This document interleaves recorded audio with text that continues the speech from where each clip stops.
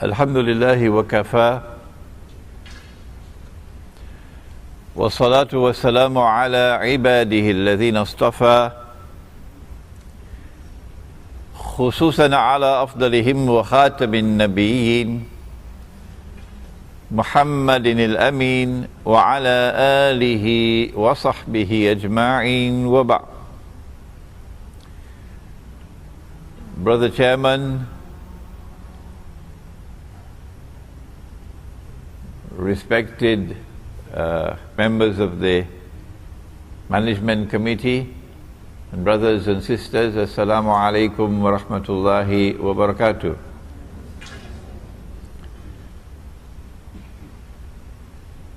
Our subject is one which is not just important, it is also one of critical importance. There are those who consider their supreme objective in life and their supreme loyalty to be holding on to their job and getting their promotion. But there are others who believe that their faith is the most important thing in their lives.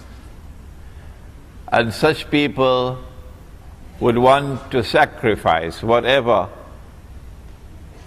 they have to sacrifice in order to preserve their faith. We live in a world today where Allah subhanahu wa ta'ala is now testing us. And He is testing us with the greatest tests and trials ever in history. No people ever before, no people had to face the tests and trials that we now face. These tests and trials are of such a nature that reason alone, the rational faculty, the capacity to think, is not enough. No. We have to be a people who see with two eyes in order to be able to see and recognize the world today. But most people see with only one eye. They see with only the external eye. They are internally blind. They may have a PhD from MIT, but yet they are internally blind. The heart can see, but they don't teach that at universities now. The heart can see what these eyes cannot see. The heart can penetrate beyond the external appearance to reach the internal reality of things. But that would be possible only when there is faith in the heart. And when there is faith or iman in the heart, then Allah puts into the heart Noor. You cannot buy that Noor in the stock market. It's not on sale. The government of Malaysia cannot give you that Noor. No. Only Allah gives that Noor. And when Allah puts Noor in the heart, then with these two eyes, the external and the internal, we will be able to read the world today correctly. Otherwise, we can be deceived, For example, those who see with one eye, they say we live in the best of all worlds. This is the best world ever. There has never been a better world than this. In this age, for example, we have electricity. Yesterday they used the oil lamp. In this age we have the motor car. Yesterday they used the donkey cart.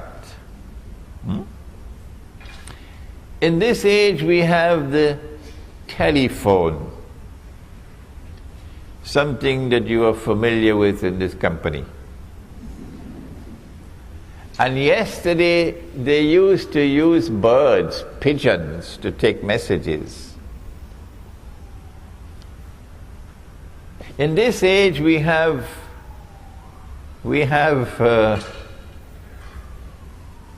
the toilets in the home, because we have sewage systems. And yesterday you had to go outside of the home. And so the evidence keeps on mounting. Who wants to go back to yesterday? This is the best of all worlds. Those, on the other hand, who see with two eyes, they say, but wait a minute. Can this be the best of all worlds? When those who are ruling the world and getting all of mankind to become carbon copies of themselves, that anything they do, they make all of mankind follow them. This civilization, which today dominates the whole world, is now moving to get all of mankind to agree. Every government eventually will have to accept that it is legally permissible for a man to marry another man. Did you hear that? Did you hear that? That's progress, huh? That's progress. And get a marriage certificate. And for a woman to marry another woman and get a marriage certificate. We say, no, this doesn't look like the best of all worlds at all. This looks like the worst of all worlds. The difference between appearance and reality is remarkable. Yesterday we lived in a world in which, yes, there were people who were rich and there were others who were poor, of course, but we never knew an economy, no, not ever in history, in which the rich were permanently rich, and in which the poor were imprisoned in permanent poverty and destitution. This is the first time in human history. We say this is not progress. We always used money all through history. And the money that we used was money which had its value inside the money. So it was money with intrinsic value.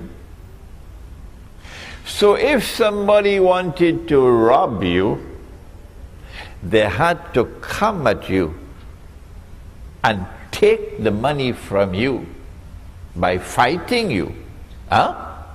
That's the only way they could take your money. But now we live in a world in which they can rob us, take away our wealth, without ever having to put their hands in our pockets. Yes? And they have reduced Indonesia today to slavery. And they have reduced Bangladesh to slavery. And Egypt to slavery. It is not by accident that Indonesia is so poor today. If you believe that Indonesia is poor because the Indonesians don't work, then you should buy a one-way ticket to the moon and go and stay there. You don't belong to here. No. There is a monetary system in the world today, and I know that subject because I have studied international monetary economics at 2 universities. I know the subject. We have a system of money in the world today which is being used to rip off mankind, as a consequence of which one part of the world today is in slavery and another part of the world are the slave masters. Welcome, brothers and sisters, sons and daughters, to our subject of signs of the last day. No one knows when the world is going to end, not even your CEO of this company. Nobody knows. When the world comes to an end, it will happen suddenly.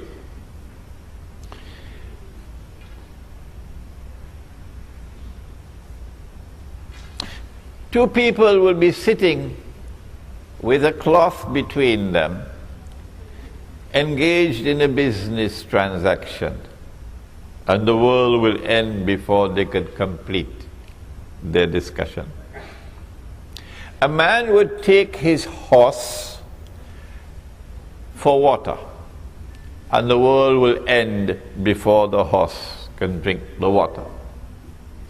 Someone will take a seed of durian to eat the durian. My wife loves durian, she's somewhere in the back there.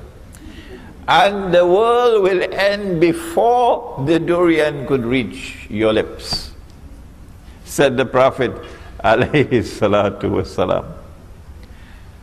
When that end of the world comes, it will be sudden.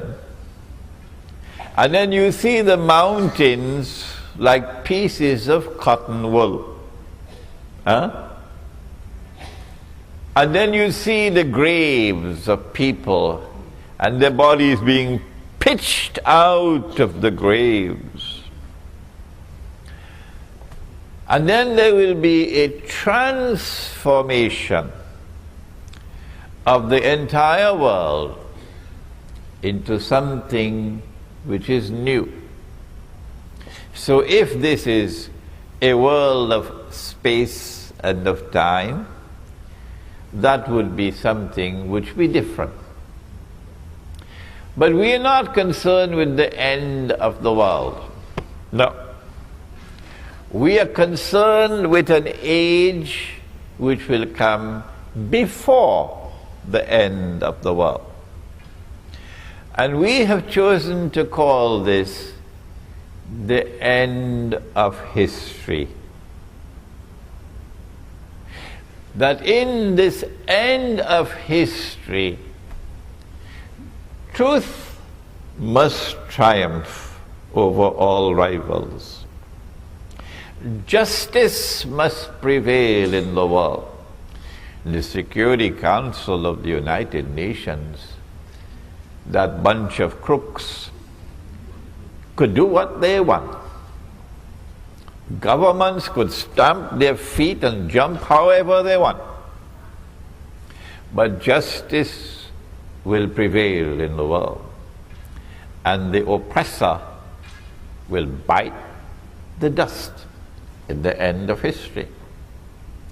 This is there in the Quran, where Allah says, بَعْدَ أَعُوذُ بِاللَّهِ مِنَ الشَّيْطَانِ الرَّجِيمِ هُوَ الَّذِي أَرْسَلَ رَسُولَهُ بِالْهُدَى وَدِينِ الْحَقِّ. He it is who has sent his messenger with guidance. This is guidance, not the stuff you get in the New Straits Times. This is guidance, the Quran. And the religion of truth, لِيُظْهِرَهُ عَلَى الدِّينِ كُلِّهِ. That this religion of truth might prevail over all rivals. History cannot end without this taking place. However, there is going to be an age which will precede that end of history, culminate with that end of history. And it is called, and you are familiar with this term in Malaysia, it is called Akhirul Zaman. But for some strange reason, I don't know why you say Akhirul Zaman. Tell me why. It's Akhirul Zaman. And ilmu Akhirul Zaman in the English language is called Islamic, now don't be afraid, it's a big word now. It's called Islamic eschatology. I told you it's a big word. It is ilmu Akhirul Zaman. When Akhirul Zaman comes, then you're going to face the greatest of all tests and trials. And nearly all of mankind are going to fail. Very few will pass this test. And all those who fail will go into the hellfire, Jahannam. But Allah's Messenger said that there will be some signs by which you can recognize that you are living in Akhirul Zaman. And that is the topic of our lecture this afternoon. Nabi Muhammad alayhi salatu wasalam had performed the Hajj, and revelation came down announcing, this day have I perfected for you your religion, completed my favor unto you. And then he left Mecca and returned to Medina. And now there are only about 81 days left in his blessed life. It is at this time that the angel came. The angel came in the form of a human being. The angel came into the masjid, Jibreel alayhi salam. And the angel asked 5 questions. And of course, you're all familiar with the 5 questions. What is Islam? What is Iman? What is Ihsan? When will the last hour come? And what are the signs of the last hour? He gave 2 signs, and I want to share them with you today. The first one, very easy to recognize. You just take a taxi and tell him, I want to go to KLCC. And you'll see it. He said that you will find the naked, barefooted shepherds, people who take care of goats and sheep. You will find the naked, barefooted shepherds competing with each other in the construction of tall buildings. In other words, you have to be blind not to see that you are living in Akhirul Zaman. If you do not have tall buildings in your city, you are considered to be backward. And so in Akhirul Zaman, mankind will measure progress, the height of buildings. The taller the building, the more have we progressed as a society. And people who think that way and are proud of their tall buildings, Nabi Muhammad is saying to them that you have the brains, you have the intellectual acumen of naked, barefooted shepherds, which is polite language. I could use harsher language than that. All around the world today, the skyscrapers of Manhattan are being replicated. Every city and every town now has its little Manhattan skyscrapers, including your Kuala Lumpur. And so here is a sign of the last day, which should function as a wake-up call. But there are those who are so asleep, nothing will wake them up. No. They have eyes and yet they cannot see. They have ears and yet they cannot hear. They have hearts and yet they do not understand. Allah says of such people, أُولَٰئِكَ كَالْأَنْعَامِ أُولَٰئِكَ كَالْأَنْعَامِ. They're just like cattle. They're just like cattle. So what can you do for them? Whether you want them or you don't want them, they don't bother with you. So let us now turn to the other people, who when they see the tall buildings, they will shake. They will shiver. They will say, this is what Nabi Muhammad alayhi salatu wasalam talked about, and I'm seeing it with my eyes. I now live in the most dangerous of all worlds. But he spoke about his second sign as well. He said that a slave woman, so in Akhirul Zaman, there's going to be slavery. We don't have slavery behind us alone. We have slavery in front of us. In Akhirul Zaman, there's going to be slavery. He said a slave woman will give birth to her mistress. We don't have the time today to explain this hadith, but we've done it in one of our previous lectures, and I have a very dear friend now. I must introduce you to my friend, My friend is called YouTube. And this friend of mine broadcasts my lectures, sometimes within hours of my giving the lecture. Right here you see him sitting there.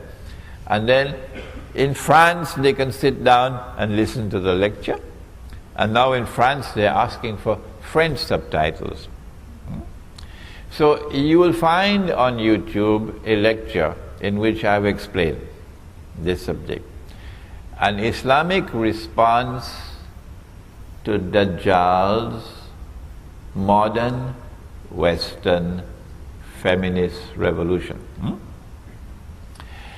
But the slavery of which the Prophet spoke, alayhi salatu wasalam, is already here. And it is here because of something called riba. Riba is not only borrowing and lending money on interest, but riba is also every rip-off. And of course, the biggest rip-off to have ever occurred in human history is the one involving bogus, fraudulent, and haram paper money.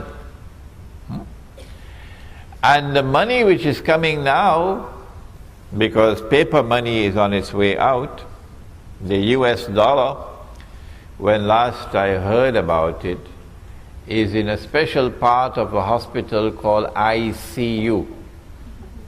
You heard about ICU? In fact, I believe the US dollar is already dead, but they have a life support machine keeping it alive. And it will only be a matter of time before the US dollar is demonetized, meaning you cannot use the US dollar in the United States for buying and for selling. No, you can use it as wallpaper. And then they will replace the US dollar with some other currency, maybe a coin, which will be worth 5 cents to the dollar. Of course, China is going to be very angry with that, because the Chinese have a whole pile of US dollars. And the Saudis are going to be very angry. They have a whole pile of US dollars. So now you lose 95% of your wealth. But what is replacing paper money now is something even worse. It is money you cannot see. It is money you cannot touch. It is electronic money. And you make this money by simply typing it in and typing it out. So whoever controls the banking system around the world controls the world. We are heading towards a financial Guantanamo. This is slavery, economic slavery. And it has already come to the world, and now the noose is tightening around the neck. Who is doing it? I now want to introduce you to the most important part of this subject. And that's all I can do today, introduce you. You want me to teach the subject, you have to read my books. If you read Jerusalem in the Quran, which I wrote 10 years ago, and this cover design was done right here in Malaysia, this book will introduce you to the subject of Akhirul Zaman. And we also have the book in Bahasa, but we only have about 20 copies today. The companions of the Prophet ﷺ were sitting talking amongst themselves. When he came and he asked, "What are you talking about?" And they said, "We are talking about A'lamatul Sa'ah, the signs of the last day." And then he said, and this hadith is in Sahih Bukhari, it is in Sahih Muslim, He said the last day would not come until, and he mentioned 10 signs. 10 signs. The 10 were not given in the order in which they will occur. We do not know that order. So we're giving you the 10 in a random way. Number 1, Dajjal. Number 2, Ya'juj and Ma'juj, or Gog and Magog. And this is the last book that I've written, an Islamic view of Gog and Magog in the modern world. Number 3, the return of the son of Mary, Nabi Isa alayhi salam. Number 4, Dukhan, smoke. It is my opinion, and you must never accept my opinion, never, until you are convinced that it is correct. It is my opinion that this Dukhan is probably about 20 or 25 years away from now. When the clash of Gog and Magog will take place, it will be nuclear war, with thousands of nuclear weapons being used. On the one side you'll have Russia and her allies, and on the other side you have America and her allies. The Gog and Magog clash will take place, with all these thousands of nuclear weapons being used. And it is, you know, a nuclear bomb produces a mushroom cloud. So can you imagine what's going to happen when thousands of nuclear weapons are used? There is a verse in the Quran which relates to this. In Surah Al-Isra, which is also known as Surah Bani Israel. I think that my lecture is a little bit boring because some people are falling asleep. If you see anybody sleeping, wake them up. Allah subhanahu wa ta'ala says, listen to the verse, بَعْدَ أَعُوذُ بِاللَّهِ مِنَ الشَّيْطَانِ الرَّجِيمِ وَإِن مِّن قَرْيَةٍ إِلَّا نَحْنُ مُهْلِكُوهَا قَبْلَ يَوْمِ الْقِيَامَةِ أَوْ مُعَذِّبُوهَا عَذَابًا شَدِيدًا كَانَ ذَلِكَ فِي الْكِتَابِ مَسْطُورًا. And not a single town or city will escape. Allah is going to destroy every town and every city. And those which escape destruction will be punished with terrible punishment. And my opinion is that you got about 20-25 years left. Of course, I can be wrong. When that clash takes place of Gog and Magog, that's it. The only ones who will survive would be those who are in the remote countryside. And you know that you are in the remote countryside when you cannot use a cell phone. So that is number 4, Dukhan, smoke. Number 5, Dabbatul Ard, a beast or a creature of the Ard. Ard can mean earth, Ard can mean the material universe, Ard can mean land, Ard can mean territory. In the context in which this appears, my opinion is that it refers to Al-Ardul Muqaddasa, the Holy Land. That a beast will appear in the Holy Land. The Quran tells us about that beast. And you know, the punctuation in the Quran did not come from Allah. No. The Prophet ﷺ would would recite the ayah and the scribes would write it down. But when they wrote it down, they didn't put in punctuation.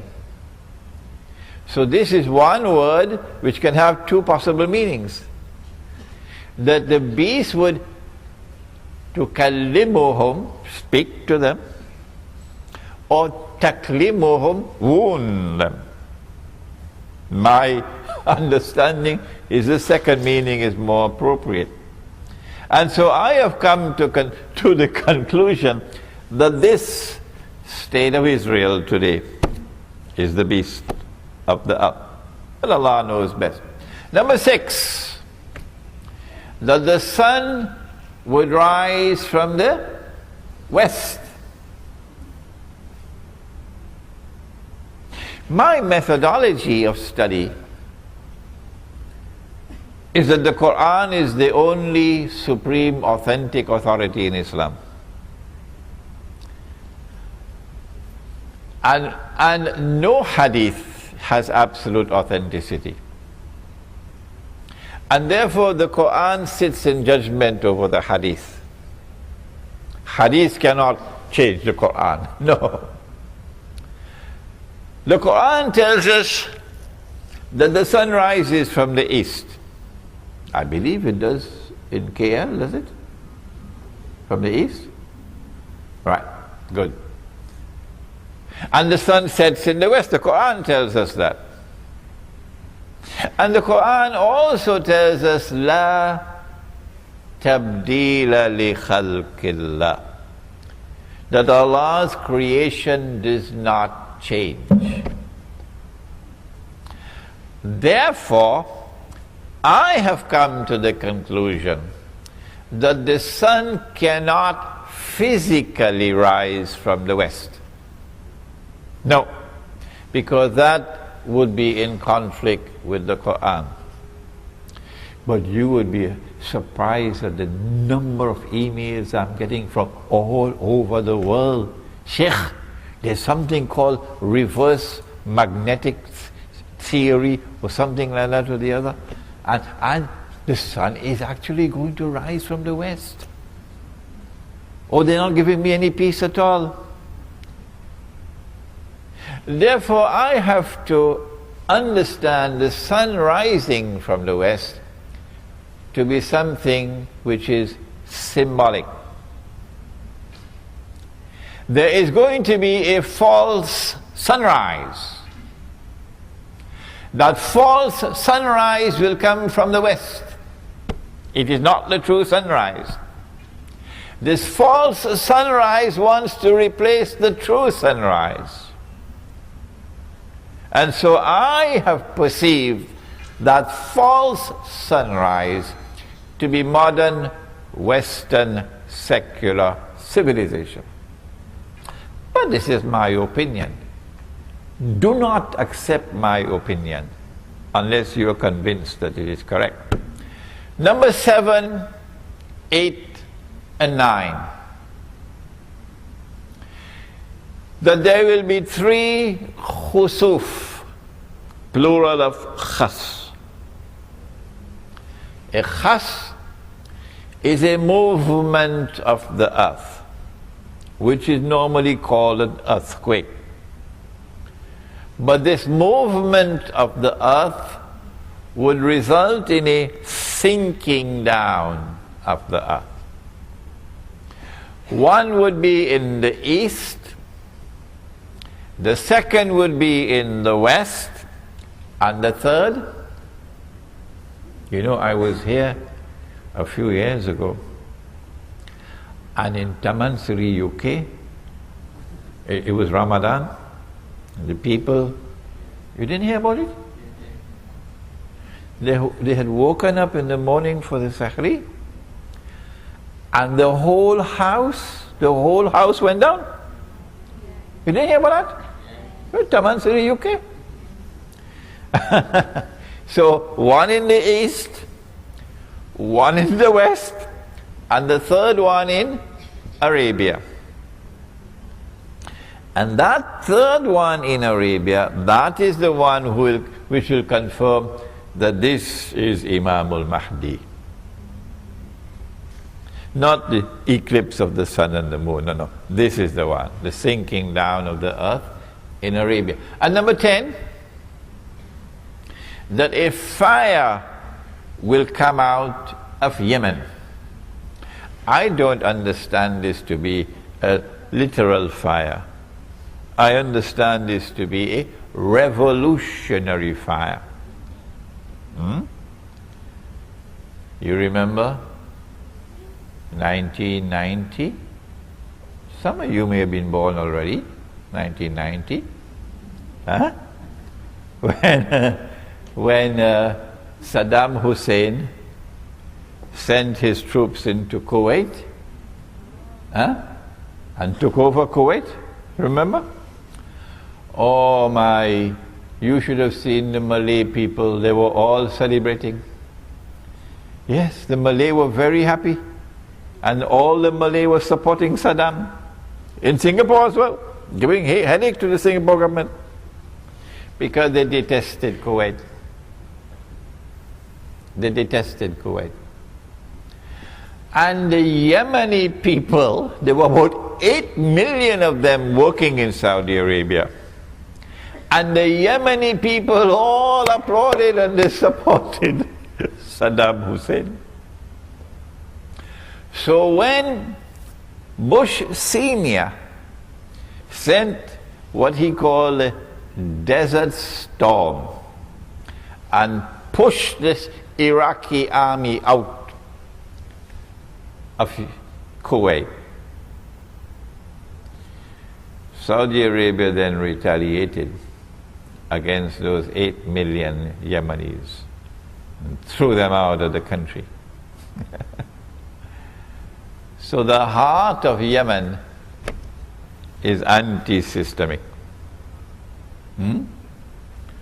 The heart of Yemen despises the oppressor. And this is why the Prophet said, Allahumma barik lana fi shamina wa yamanina. O Allah, grant blessings for us in our Sham, Syria, and our Yemen.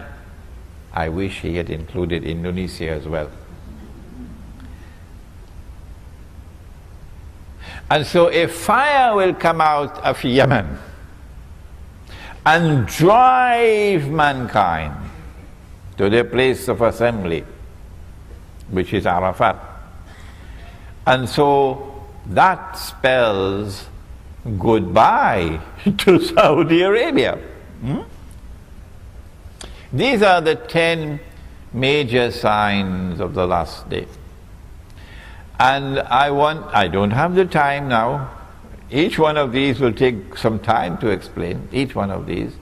I'm writing a book on Dajjal now, and I hope I can complete that book while I'm here in Malaysia. I've already written this book on Gog and Magog. It's the only book in the market in the modern age, the only one. But you should now, because of today's lecture, and because you have been to KLCC, don't tell me you've not been to KLCC, and you've seen the tall buildings. Today's lecture is a wake-up call that you must study the subject of signs of the last day, and that you have to concentrate your study on the major signs, the 10 major signs. This book is entitled Signs of the Last Day in the Modern Age, and in this book there is a collection of essays dealing with this subject. Now, apart from the major signs, let me share with you some of the other signs and then we'll end, because you have to have your lunch.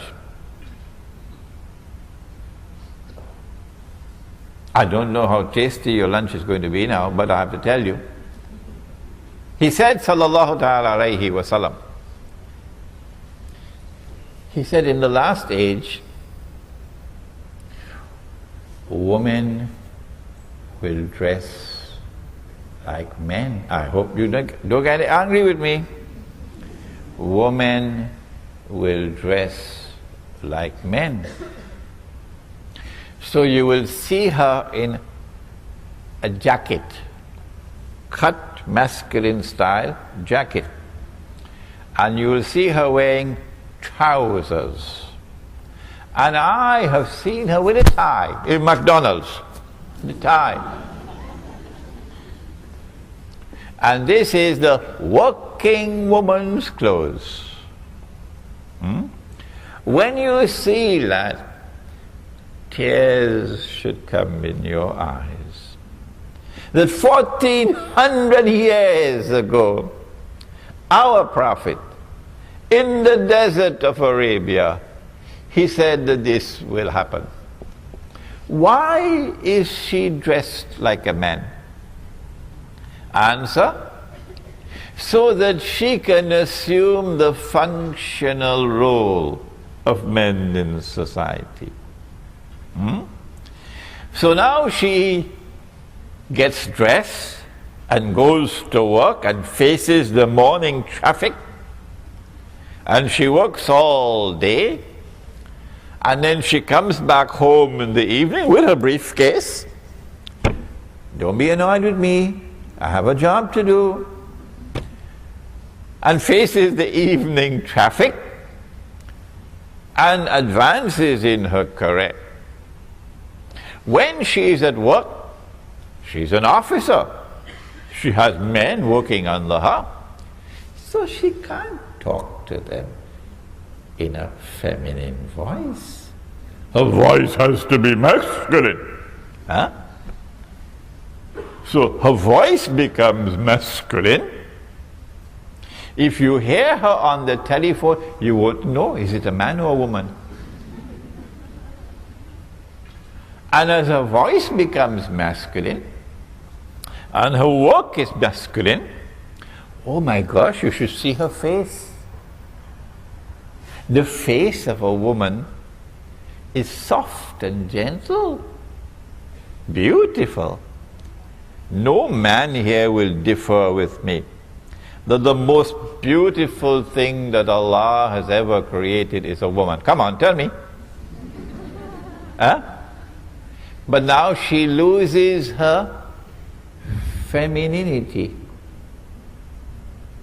And as she becomes more and more masculine, because she is dressing like a man, eventually men are no longer attracted to her.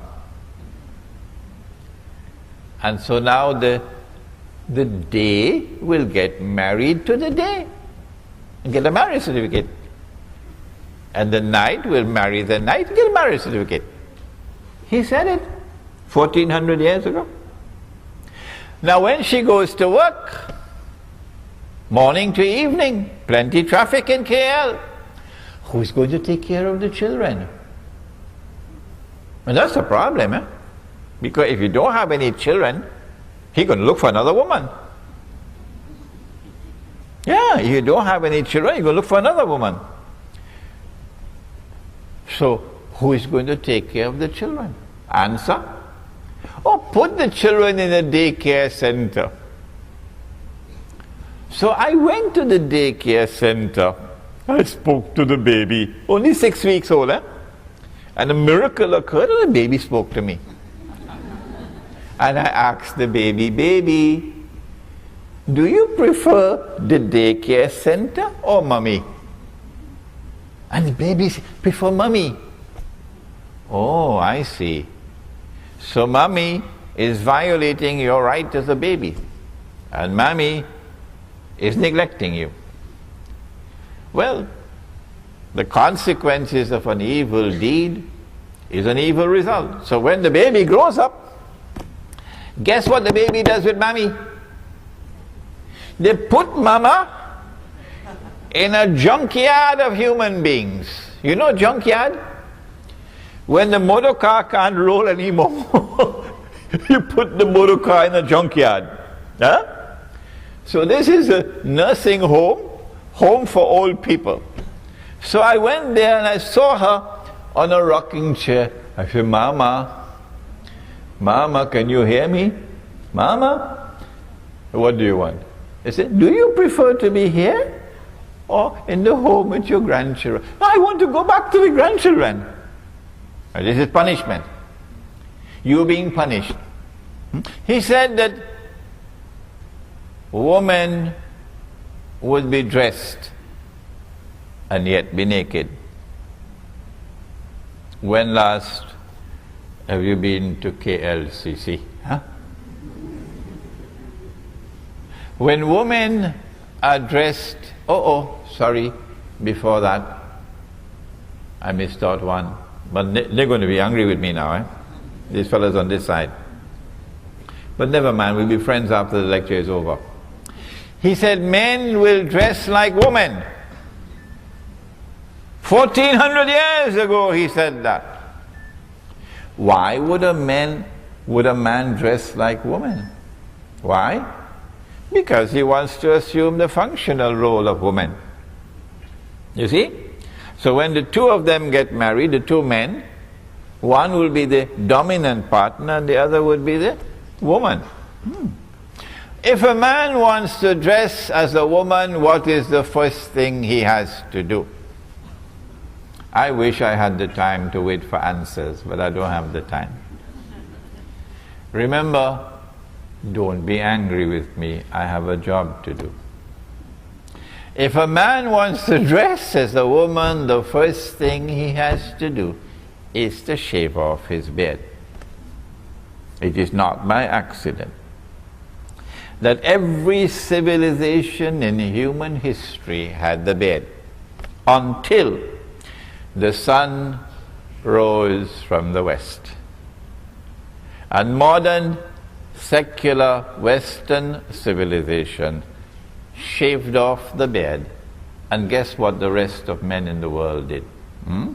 So if he wants to marry you, tell him, put on his beard first. Grow your beard first, otherwise no marriage. Now then, he said that woman would be dressed and yet be naked. This is dynamite.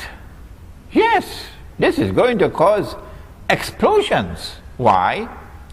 Because the woman is attractive.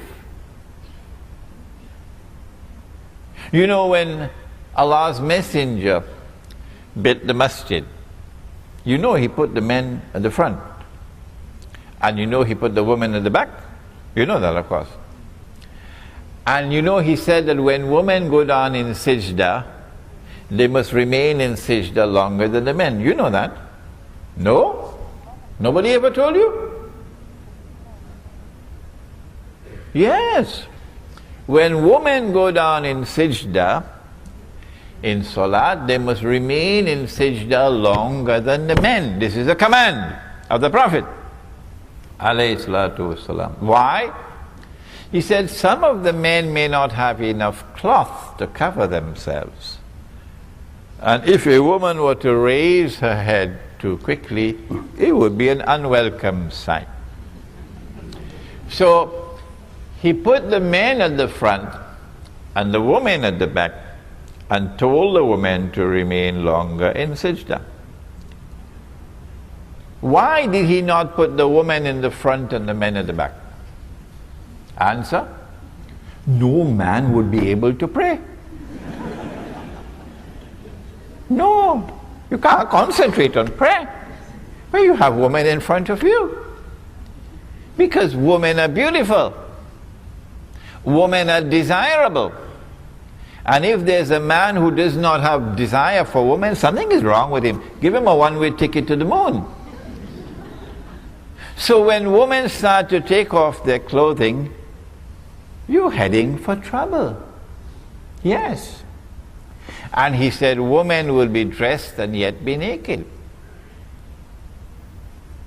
You're playing with fire.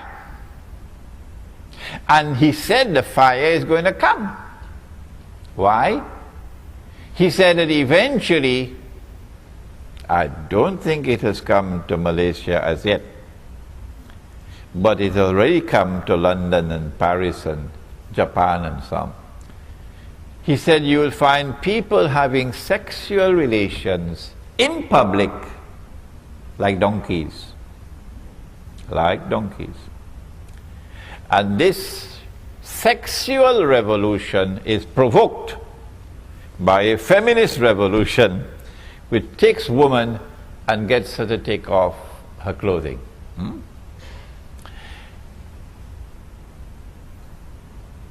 I could go on for another 1 hour or more, giving you sign after sign of what he spoke about, the last age. But I think I want to now conclude by suggesting to you, how can we survive in this modern age with faith intact? When you have studied the subject, then you can argue with me. Yes, but when you've not studied the subject, don't argue with me. Now, having studied the subject, and I am today, by Allah's kindness and grace, one of the people in the world of Islam who is teaching the subject of Islamic eschatology. Having studied the subject, I have come to the conclusion that you cannot escape shirk, you call it shirk, while living in society. And this is the one sin that Allah will not forgive. No. You cannot escape riba while living in the modern world. No. And Allah declares war in the Quran. And the Prophet ﷺ has cursed all four. And he has said that they are all equally guilty. The one who takes riba, the one who gives riba, the one who records the transaction, and the two witnesses, they're all equally guilty. And if you have the curse of the Prophet upon you, you're entering into the hellfire. I have come to the conclusion after studying the subject of riba, and incidentally there's a flyer at the back for a conference taking place in KL, in PWTC on July 26th and 27th that you might want to attend. I am one of the speakers on riba, responding to riba. I have come to the conclusion that you cannot survive with faith intact while living as a part of this system. And therefore I have been suggesting that we retreat to the remote countryside and we build micro communities which are free from oppression. So you're not going to employ an Indonesian maid. She is the last to sleep at night. She is my daughter. She is your daughter. She is my sister. She is your sister. She is the last to sleep at night. She is the first to wake in the morning. She works all day long. She gets no holidays. She is abused. She is exploited. In Singapore, she has to cook pork, lahmul khinzir. She has to do other things we can't talk about. And at the end of the month, she's paid the salary or the wage of a slave. Come on, Lee Kuan Yew. Is there any Singaporean woman who would work for $300 a month? Shame on you, Singapore. Shame on you, wherever in the world you pay a maid the wage of a slave. How do you know it's the wage of a slave? No Malaysian woman will work for that wage. No Malaysian laborer will work for that wage that you're paying the Bangladeshi and you're paying the Indonesian. So you are an oppressor and Allah will destroy you, Allah will destroy you, Allah will destroy you. So we will create our micro communities which will be free from oppression. Banks are not allowed. No. So no money lenders. And we're not going to use this paper money. The gold dinar and silver dirham is what you find in the Quran. So the gold dinar and silver dirham will be used as money. And if we have a shortage of dinars and dirhams, and we in Java, we can use rice as money. Yeah. In that micro community, we try to live the way of life of Islam. And if they come after us with the armed forces and the police in that remote community, then, said the Prophet sallallahu ta'ala alayhi wasallam, and how prophetic were his words, and how few there are who listen to the Prophet alayhi salatu wasallam. And he said, the time will come when a man, in order to preserve his faith, would have to flee to the mountainsides where rain falls and take with him some sheep and goats. And so I leave you now. I thank you for the time that you've given to me to introduce you to this important topic. I warn you that we now live in the most dangerous of all worlds, and most people are going to fail the tests. And I urge you to study the subject of signs of the last day, and to examine my suggestion that survival requires us to try to live Islam. And we cannot live Islam in their cities and towns, but we might succeed if we remove ourselves from the towns and cities and go back to kampung and build a community that is faithful to Allah and His Messenger. ربنا تقبل منا إنك أنت السميع العليم وتب علينا يا مولانا إنك أنت التواب الرحيم برحمتك يا أرحم الراحمين آمين.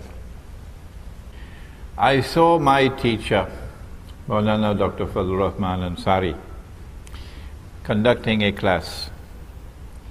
And while the class was being conducted, the azan was called. Of course, we will be going to the masjid. When the azan started, I heard him say, Allahumma Jalla Jalalahu, and then continue with the class. So I followed his way. If anyone can show me that this is prohibited, then of course I will discontinue it. Okay, there's nothing that I know of in the Quran and nothing that I know of in the Ahadith with which to respond to your question. I therefore will give you my view. I believe that those who are in control of the world today, who want to rule the whole world and eventually deliver that rule to the state of Israel, so that tomorrow Israel will rule the world. And when Israel rules the world, then a man would stand up in Jerusalem and declare, I am the Messiah, Al-Masih. 1400 years ago, Nabi Muhammad alayhi salatu wasalam described that man to us. Said he'll be a Jew. He would be a young man. He'll be powerfully built. He'd have curly hair. I believe that that event is probably about 30 years away from now. That's how close we are. That man would be Dajjal. Dajjal. Because he says he is the Messiah, but no, he is not the Messiah. He is the false Messiah. And then Allah subhanahu wa ta'ala will send back the true Messiah. Nabi Isa alayhi salam will come down from the sky with his hands resting on the wings of two angels. And the true Messiah will then kill the false Messiah. And after that takes place the big Gog and Magog war, which will be the Dukhan. But in order for Israel to rule the world, Israel has to wage some big wars. The wars that Israel has so far waged are small wars. Israel has to attack Egypt so that the territory of the state of Israel can expand to incorporate the whole of the eastern delta of Egypt, from the river Nile to the Red Sea. Israel has to destroy Pakistan's nuclear plants and nuclear weapons, and Iran's nuclear plants. Break up Pakistan so that Pakistan can never rise again. Israel, in order to wage those wars and not appear to the world as an aggressor, is now maneuvering with the Arab uprisings. And the Arab uprisings are meant to lead to Islamic governments in Egypt, Islamic governments in Yemen, in Syria, so that Israel can claim that the Arabs are now threatening Israel, preparing to destroy Israel, and that Islam is rising as a menace to the world. And then Israel will be able to wage her wars and say, we were only defending ourselves. We were saving mankind from Islam. It is possible that all of the drum beating concerning 2012 is because they want to use 2012 for starting those big wars. So that in 2012, I can be wrong of course, in 2012 you will witness the attack on Pakistan to destroy the nuclear plants and nuclear weapons. I'll be surprised if it does not take place by 2012. And the attack on Egypt, etc. Because mankind is being prepared for it, so let's not disappoint them. There is a hadith which has been universally accepted all through our 1400 years of our history. There's only been a very, very, very, very insignificant number of scholars who have questioned this hadith. The overwhelming majority for 1400 years have accepted the hadith. That when you see the black flags coming from the direction of Khurasan, go and join that army. Even if you have to crawl over ice. It's 2 hadiths I'm joining now. 2. Go and join that army, even if you have to crawl over ice. Because no one will be able to stop that army until it reaches Jerusalem. Apart from my comment concerning the authenticity of the hadith, and that is that it has been universally accepted except by a very few, it appears to me that this army will be able to successfully march to Jerusalem only after Gog and Magog have destroyed themselves with that nuclear warfare. When that nuclear warfare takes place, if we have any scholars of physics and so on here, you can help me. But I have a suspicion. I'm not a scholar of physics.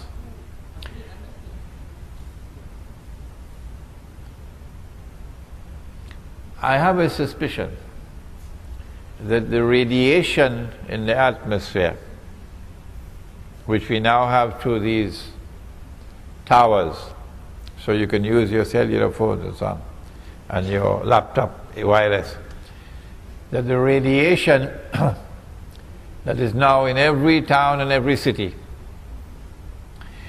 will function as an agent when the nuclear explosions take place, would function as a conductor to incinerate everybody. This is a hypothesis. I want a specialist to examine this hypothesis, because I want to get out of range of that. I want to get out of range of that radiation. The army would march after that Gog and Magog war takes place. And since you will not be able to use any cruise missiles and electronic weapons, it's going to be horses once again. I expect that army to march in about 30 years from now. But it's already begun its march because it's fighting back in Afghanistan. Khorasan, the heart of Khorasan is Afghanistan. But let me make one more comment. The Prophet said, alayhi salatu wasalam, that among the signs of the last day is that, listen carefully, one man would have to maintain 50 women. Please tell them he didn't say one man will have to marry 50 women. No, one man will have to maintain 50 women. 1400 years ago he said that. And I believe that is around the corner. The fulfillment of this hadith is around the corner. I believe that this hadith is telling us that there is going to be a calamitous decline in the birth of baby boys. Only baby girls are going to be born.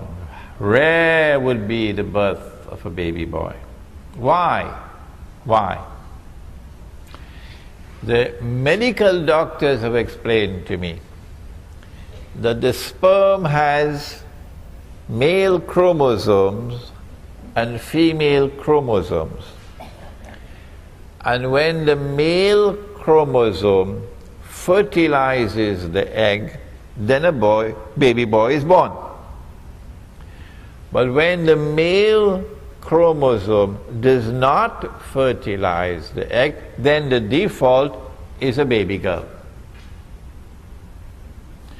The radiation from cellular phone towers, from laptop computers, the radiation, he said, is damaging. Notice where the laptop sits on your lap. It is damaging male sperm production. It is weakening the male chromosome. As the male chromosome becomes weaker and weaker, less and less baby boys are going to be born. So, now every woman in the world, you can ask them, wants to have a baby boy. Yeah. The only place you can get a husband who can give you a baby boy is our village. Because when our baby boys are born in our village, our baby boys are kept away from that radiation. Our baby boys are fed with natural food, not GM food. So the baby boy who grows up in the village is the prize that every woman in the world will want to have as a husband. Okay?